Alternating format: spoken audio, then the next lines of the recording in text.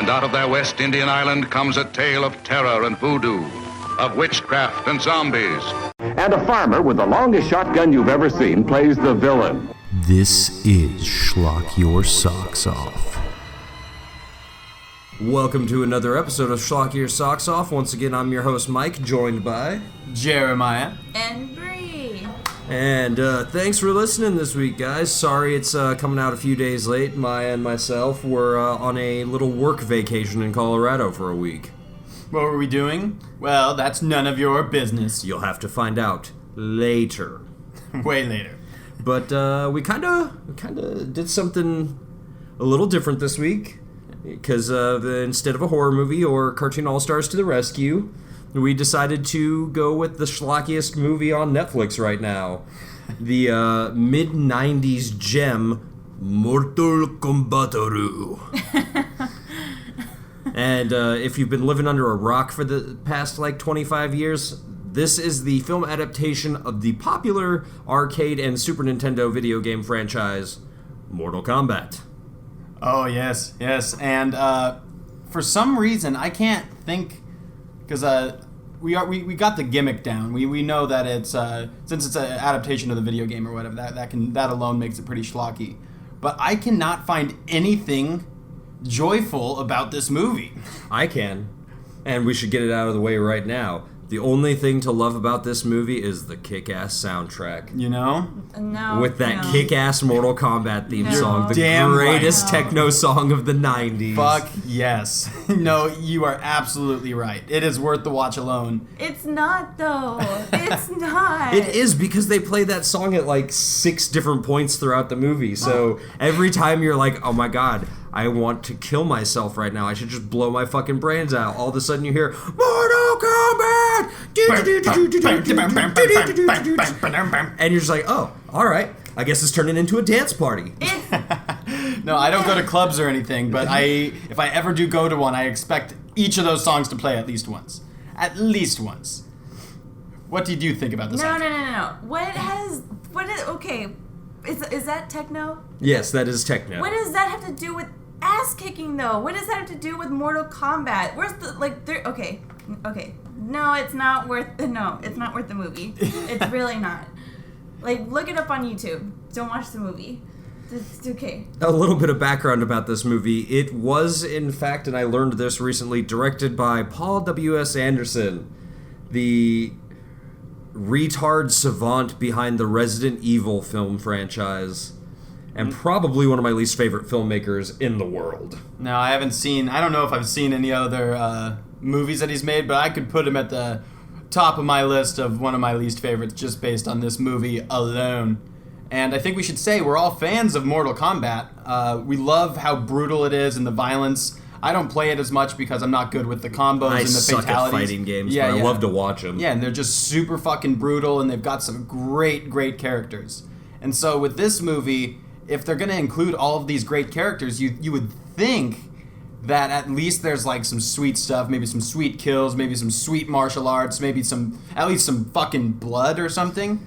We don't get any of that shit. You know what's unfortunate? This movie really comes across like it's an adaptation of the Super Nintendo Mortal Kombat, which, if you remember, the Super Nintendo Mortal Kombat back in the day didn't have blood in it. They changed the blood to sweat so it wouldn't be as ultra-violent and bad for the children's brain. Ugh. But so we basically have 3 human or mortals that are going into this competition. And what was the competition for? It's See, they're very vague about it. They explain it more in the game, which even that's kind of stretching it for the original run on the Super Nintendo. But apparently the Mortal Kombat tournament is there's the Out Realm, and then there's the Earth Realm, and there's a couple other realms. And there's basically, I guess, this diplomatic treaty which says if somebody from another realm wants to try and invade and conquer another realm, they have to win 10 rounds of Mortal Kombat in order to be able to do so. Oh, okay. Which, they kind of just skim over the whole premise in this movie. It doesn't make a lot of sense. Apparently there's a shitload of rules, but they're only ever mentioned when somebody's breaking the rules. Yes. Well, then don't break the rules and you wouldn't have to hear the I'm rules. just saying, it's a lot of useless exposition. Totally. And so with the Earth realm, Raiden basically recruits, and to picture Raiden, picture a combination of Legolas, Malfoy's dad, and Will Ferrell. If you put them all fucking together and had no talent whatsoever, he recruits... Well, let's not say no talent, because Christopher Lambert is actually a fairly decent actor. He's in, like, two of my favorite, like, 90s sci-fi movies, Fortress and Highlander with Sean Connery. Yeah, I haven't seen any of those, but if I were to just judge him based on this movie, I'd give him a 1 out of 10, maybe a 0 out of 10. But so he recruits 3 different people, maybe even a couple more, but they all started dying out pretty fast. The 3 of them were Luke Cage, who was like... Johnny Cage, sorry. Liu Kang. Cage, yeah. Liu Kang. and Sonya Blade. Sonya Blade. And the comedic relief in this movie was mostly Johnny Cage dealing with his materialistic... Yeah, being an over-pampered Hollywood action star. And strangely enough, Liu Kang being... They kind of frame him as like the protagonist. Yeah, and like the main character, or like the secret weapon, or like... The chosen one. They literally call him that throughout the entire movie. That's what I was looking for. That is basically like the prophecy or whatever. And for some reason, it seems like he doesn't even do that much ass-kicking. He doesn't face the hardest people. I feel like he faced Liu Kang at the end or whatever. Shao Kahn. Shang Tsung. There's so many names. So many names. Doesn't matter, though. But we see a fight between Johnny Cage and Scorpion, which you would think would be a pretty sweet fight, because Scorpion's like debatably the most popular character. He's the face of the franchise, that's for damn sure. And so we get both of them to go up against each other, and immediately they fuck it up with Scorpion's iconic "get over here," where he launches like the rope or whatever out of his hand. And yeah, they shoot that load right in the very beginning of the fight. And so you're like, well, there's no build up to that, and now I'm not invested in this fight. And we literally watch this fucking snake rope thing fly through all these trees, just basically chasing Johnny Cage while Johnny Cage is just fucking running away. That's very confusing to me, because I think Brie would know best. In the original video games, it's just a spear attached to a rope, right? It's not some weird demonic snake thing coming out of his hand. No, it's not like a chain or anything. You're talking about Scorpion? Yeah. It's just not... literally like a spear on a rope, isn't it? Yes. That didn't make any sense to me, and it bugged me. So yeah, they're going through all this shit. Just everyone's Earth against Shadow Realm. Is that what it was? Yeah, Outrealm. Outrealm. So Earth against Outrealm. Well, before we get into that, we should stay with the Scorpion fight, because not only do we hear at the very beginning of the fight, "Get over here," we also get the backup line, which is "Come here," and then a brand new one just for this movie, which is "Get down here," and you're just like, wait, no. Get down here. No, it seemed like I'm pretty sure that was they used the guy who voiced him in the video game to do those 3 lines. I can't confirm very it, similar, but it though. sounded exactly like him. And I would also like to gripe about the fact that not once during the Scorpion fight did we get Toasty, which is one of the biggest Easter eggs from the original Mortal Kombat. See, I could have used at one point he brings Johnny Cage down to hell. Basically, like his like little hell realm or whatever. And then he turns into Ghost Rider for a few seconds. Yeah. What the heck? I could have used more of Scorpion's powers or his abilities, like how he's able to like raise hell up under the person and stuff. Yeah, bring out the flames under them. if they did use Scorpion to his full extent and all of his abilities, he would have kicked Johnny Cage's fucking ass easily. So maybe that's why, because of course Johnny Cage, by the end of the fight, beats Scorpion in his first fight. Is it Johnny Cage's first fight? Or it's his first fight of the tournament. So immediately we get rid of fucking Scorpion, who I don't know about you guys, but that's one of the people I wanted to see most. The other person I didn't see at all, but maybe in the sequel. But I'm gonna tell you right now, Johnny Cage fucking gets his neck snapped in the opening scene of the sequel. Oh, perfect.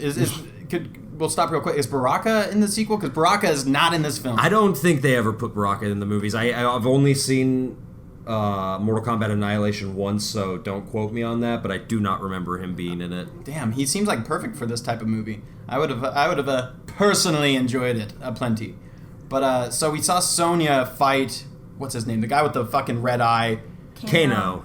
Kano, who's apparently all of a sudden really into fair fights. And that's another thing I need to gripe about. Our introduction to Sonya is she's trying to catch Kano in this, like, heavy metal techno nightclub, and her and the other police just go in, guns drawn, start firing with innocent civilians around, and the people on the dance floor don't even notice. They're just like, woo, somebody firing a shotgun right behind me. It's Thursday, yeah!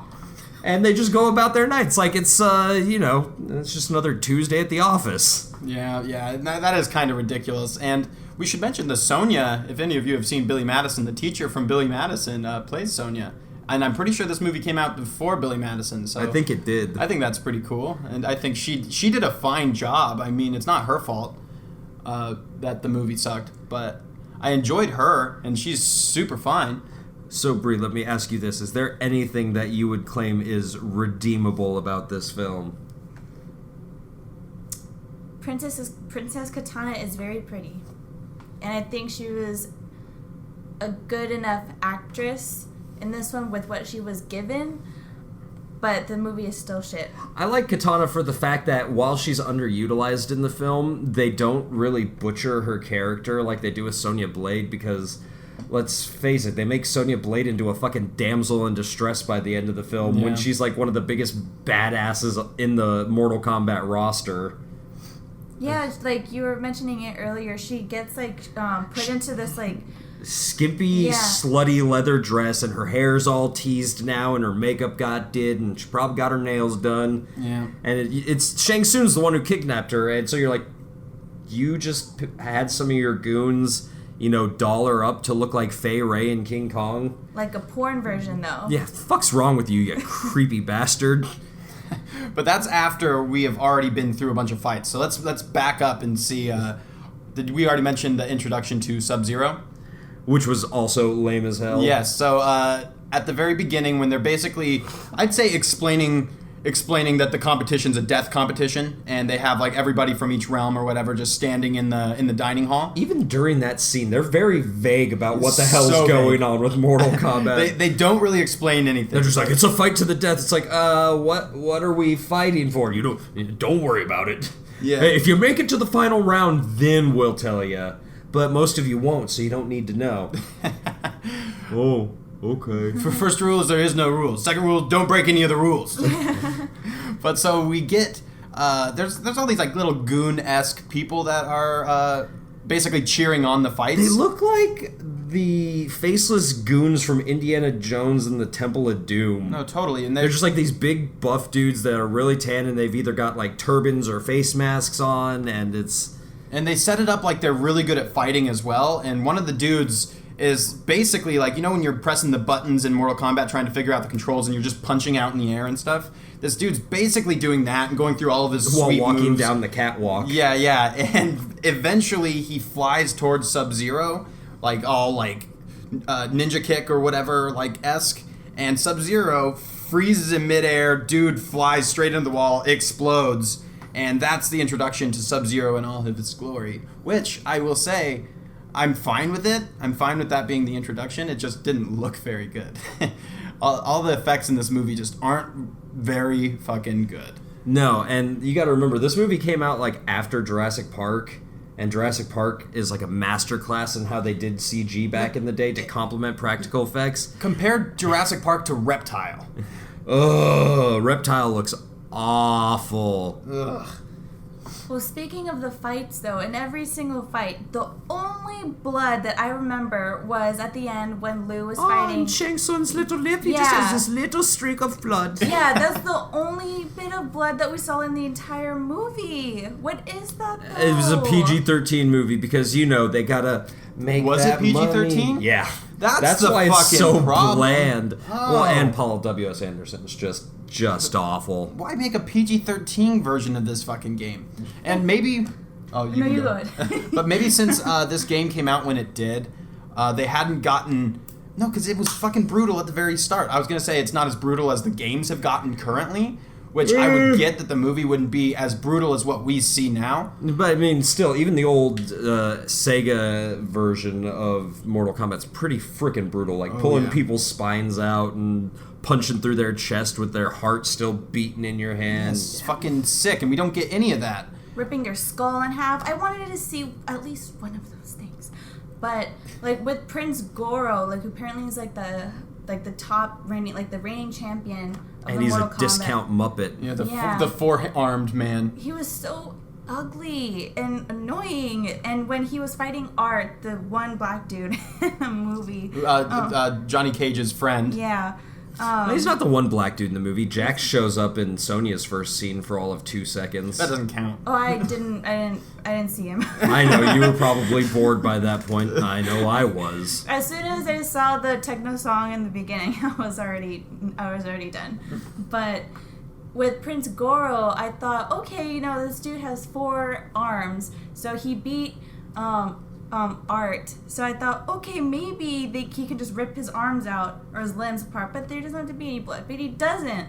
He just holds them up. I would have been happy with like a Bane Batman backbreaker. Yeah. That would have been cool. Just go. And see, I like the idea of the fact that they use like certain things, like finish him and flawless victory and stuff, but it all just seems so lame. It was so bad because it's supposed to be the tournament announcer saying that, but instead it's like Shang Tsung or Liu Kang's just like flawless victory. No, I saw you take a couple shots in the beginning of that fight. Yeah. Pal. Your health's not in the 100% area. Yeah, and it seems like each of his takes just weren't intimidating. Like the voice we hear in the games is just like strong and powerful.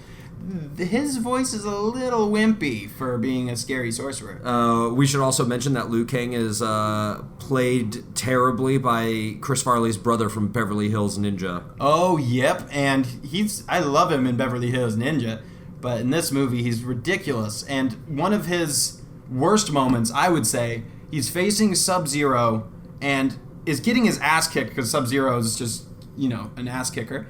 And he needs, what's her name? The Katana? He needs Katana's advice mid-fight. She's like, use what brings life. What gives life? What gives life. And he looks over and there's a bucket of water. He's like, oh, the water. And he throws he not only just throws the bucket of water on him, he does like 5 or 6 fucking roundabouts like he's a softball pitcher on speed, and spins it around 5 times and then throws it at Sub-Zero, freezes the fuck out of him, fucking kicks his ass. Well, doesn't it turn the water into like icicles yeah. and it stabs him and shit? Yep. It just fucking destroys him. And I think it's just complete bullshit that they wasted Sub-Zero and Scorpion, and almost back to back, like pretty close to each other. We see both of those characters being wasted. What's really funny, and I remember this from the one time I watched the second movie, is they try and stuff like 2 movies worth of backstory into Sub-Zero's character in the second film. Since they didn't... That's the thing, like, all of these famous characters that you know just from their look get no backstory whatsoever, except for, like, Goro. They're just like, oh, he's the reigning champion from Outworld. He's got 4 arms, and, Bradley D. Baker does his voice, if I'm not mistaken. Yeah. With Frank Welker doing all the grunting and screaming during the fight scenes. And, so you would think, at some point, we'd see a pretty epic fight. They blew it with Sonya versus Kano. Not Kano, the dude with the red eye. Yeah, that's Kano. That is Kano? That was a really boring... All these fights are really boring. So they blew it with Sonya versus Kano. They blew it with the Goro versus the black dude. Then they blew it with fucking Johnny Cage and Scorpion. They blew it with Liu Kang against Sub-Zero. So you're thinking at some point we're going to get something super fucking cool. And what do we get? We get a reptile versus fucking Liu Kang, and it was just a stereotypical reptile. He fell into like a statue-esque thing and turned into a fighter. Yeah, because Reptile garb. starts out as this bad CGI lizard throughout most of the movie. Doesn't take his ninja form until he falls into the chest cavity of this fucking statue. Yeah, and then he comes out basically looking like a green Scorpion Sub-Zero. Which I guess is kind of faithful to the game, because that's exactly what he was. So I'm perfectly fine with that. But then they end up doing their fight scene, and while it is probably one of the longer fight scenes, and maybe even with some of the best fight choreography, it just didn't fucking do it for me. It wasn't enough. And I wanted to see more like of their special moves, more fatalities during this movie. The only special move you really see in this whole thing, besides the like freezing stuff and the rope dagger thing, is Liu Kang's bicycle kick, and they execute it so poorly. And it's against Reptile, and he like, it looks so bad. It's such an unstoppable thing in the game, like where he runs through the air and just fucking kicks major ass, and we get that, but it's just so fucking stupid, so stupid. I just wonder, were they trying to make were they taking themselves really seriously while making this movie, or were they just trying to make a really fucking campy ass Mortal Kombat movie? I think they were trying to take it seriously, but you got to remember, 90s was notorious for a bunch of video or movies based off video games that didn't understand their source material very well, or ever played the fucking game. Has any of them ever just like picked up a goddamn controller? That's where another one of my complaints comes in, because as we said earlier, you hear the Mortal Kombat theme song about 5 times throughout the course of this movie, and the biggest problem with that is that it's a really upbeat techno song. And these fight scenes are choreographed at about half the speed of that song. So it looks really off when they're fighting to that music, because you feel like there should be more energy in the fight. They should be moving faster. These guys don't even look like they're breaking a sweat. Yep, nope. And so how many fights were there in this movie? Were there 7? 8? I would say over 10. There were over 10 fights, and you don't care about half the people who die or get killed. One of the fights with Goro, apparently because people can challenge whoever they want or whatever, and apparently he just was mowing people down, and we saw like 12 different bodies just falling on the ground individually. Yeah, don't get to see the fight. You just see him hit the ground dead. Yeah, that's it. 1 second, technical difficulties. Yeah, we got a fat wiener dog out there just being an asshole. Alright, so Brianna, question for you.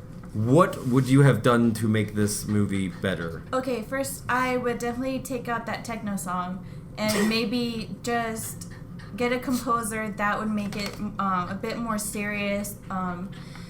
There's a word for it, but I don't know. Just something like Hans Zimmer or John Williams would do with like a mix of the techno song. I would put more blood. I wouldn't make the scenery. I wouldn't make the all the settings throughout the movie so colorful and bright. I would make it a bit darker.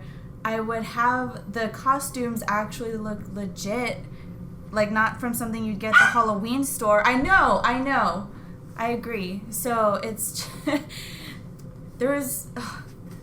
I'm not a director I'm not in the film business at all, but there's just, how can you not want to be one? Like to like get rid of films like these or prevent films like these getting made. It's just, it makes you wonder which executive over at New Line, the company that's responsible for Nightmare on Elm Street, mind you, which one of those executives saw a rough cut of this film and was like, this is gonna be great. I can't wait to put this out. There's no way a single person on Earth watched this movie and said, this is a good movie. There's no fucking way. Was this actually released in theaters? Yes, it was. Did we see if it made any money? Well, it had to have if it got a sequel, right? I did not check on that. Might have to do that later. Yeah, it does not deserve our time. As Maya, what would you have done to make this film better? To make this film better, as I said before, I would have just made it super fucking brutal. If it was just more brutal, more violence, more blood, more fatalities, the stuff we fucking want to see. I just don't like all the walking around, the talking, the explanation, the bullshit fights, the bullshit fight choreography. At least just give us the blood, the gore, and the violence. And good fight choreography. I don't even need that if at the end of the fight someone's getting their head torn off or getting their eyes pulled out of their head or whatever. I don't need it.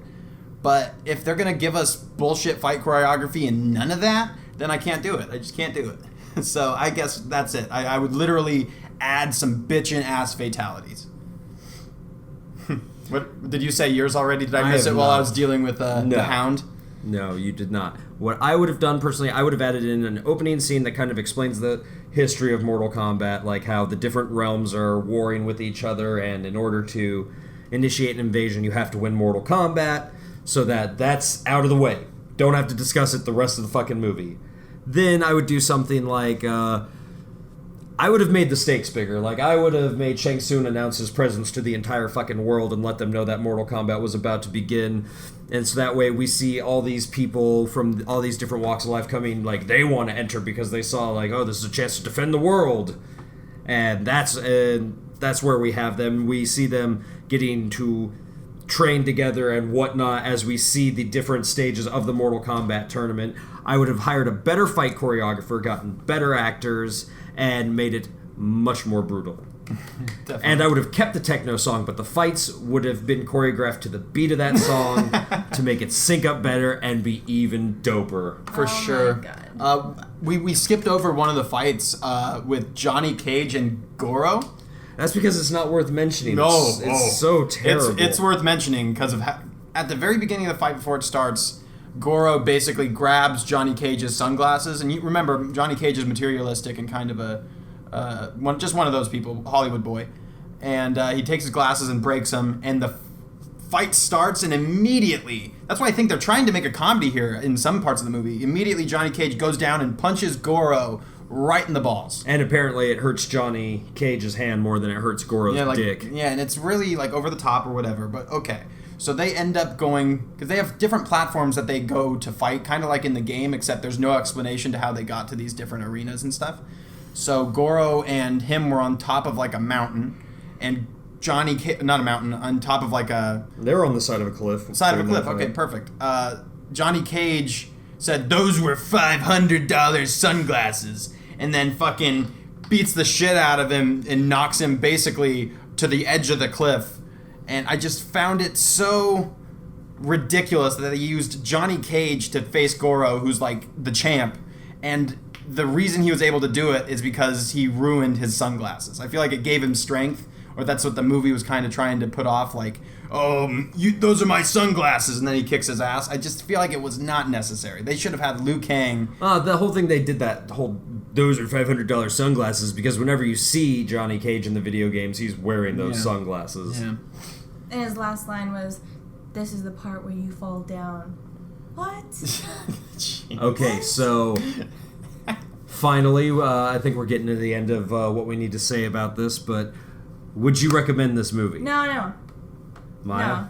I honestly, I've always wanted to see it, and I would not recommend it to even people that like to watch stuff that's bad. Like, even the soundtrack, I had fun. I fucking got down each time it showed up. Yeah, we danced like a couple of 7-year-olds and embarrassed the crap out of Brie. As much of an impact as I want Scorpion and Sub-Zero's face to bring, like how much that would usually draw me in, because I love the video games and I love all that, it really isn't even worth it. If you don't like Mortal Kombat, definitely don't watch it. And if you don't like Mortal Kombat, definitely, and if you do like Mortal Kombat, try not to watch it, but you can. You get a pass because you know at least what's happening. I could not even imagine going into this not knowing anything about Mortal Kombat. I will wrap this up by saying I will recommend this movie. Watch it and play a drinking game. The drinking game goes like this. Anytime Johnny Cage has a shitty-ass, retarded one-liner, take a drink. Anytime they blatantly shoehorn a reference into the video game, or reference of the video game into the movie, take a drink. Anytime Liu Kang is boring as hell, take a drink. Anytime Raiden's stupid as fuck, take a drink. You might not survive the movie, but you'll die happy. Correction, you might not survive for the first 20 minutes of the movie, but you will die not happy also. Oh, you'll die happy. Happy and drunk and doing what you love. Remembering that techno song as you go into the lake. I died. Oh yeah, and take a drink every time the theme song plays. Oh man, that actually sounds like a pretty solid drinking game. I would have enjoyed it a lot more. All right, well, I think this is where we're gonna wrap it up for the day. Thanks for listening, guys, and expect another one coming out this week since we're a little behind schedule. All right, see ya. Sayonara. Sayonara. Well, all right, see ya, folks.